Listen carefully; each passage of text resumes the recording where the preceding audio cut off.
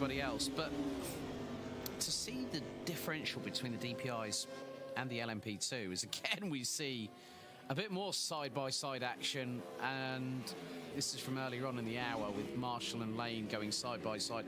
We also got a real good understanding of the team game that some drivers are using. So running multiple cars, David, on the same circuit, getting the slipstream, understanding the characteristics of the car.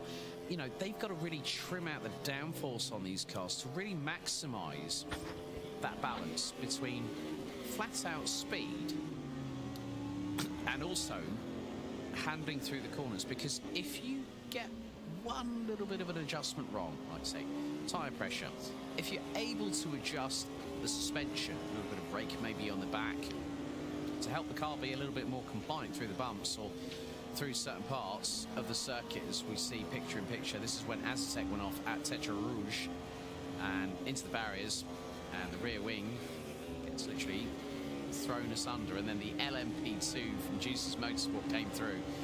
I would hazard a guess, and that was probably Schwab Barbosa that got a fright of a lifetime. And then we had the Glam Racing stable, everyone out on track, and then the Slipstream Fest. It was like no one wanted to give a quarter, no one wanted to take a mile, and it's been really good. It's really given the drivers an understanding, but we have had a few moments that drivers like there with forgot the brake. Wanting to sort of forget, but learn from Easy that. done.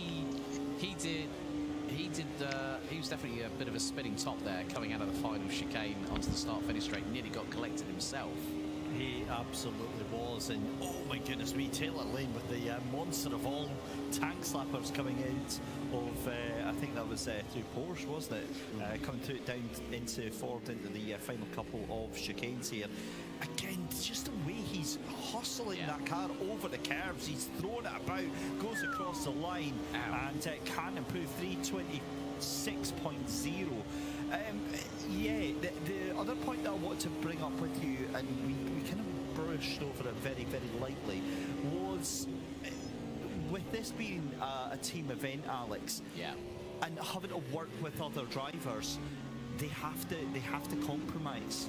They have to find a setup that works for all of the drivers over the entire race, and unfortunately 9 times out of 10 that's not going to be the on paper fastest setup that you can possibly do, because each driver has their own unique style, and it's, if you can get a team that all works in the same way and they all like the same type of setup, that's brilliant, but it's very, very unlikely. So 9 times out of 10 compromises have to be made, but it's trying to find where that middle ground doesn't deviate as much as possible, so you can get all the drivers on the same page.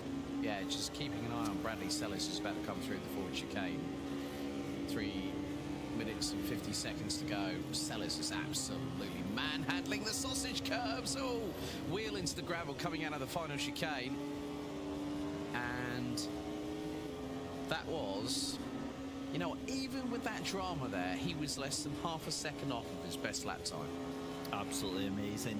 Just seen Carlos Basto for Ramada Motorsport as well in that LMP2, doing a 3:28 flat and getting himself up into second place in LMP2. But Andy Kurtzen just behind them as well. So I'm surprised we don't see more of the LMP2s out there. But it looks like, from what I'm seeing, the LMP2s are actually sharing their car rather than having multiple of the same car out there on track.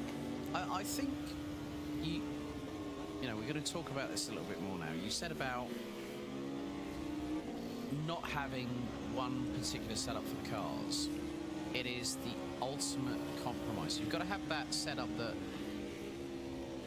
complements the driver's style, but also helps them to maintain that consistency over an extended period of time. And it also exertion, as we get another replay of that pirouette from Henrik Hoyer from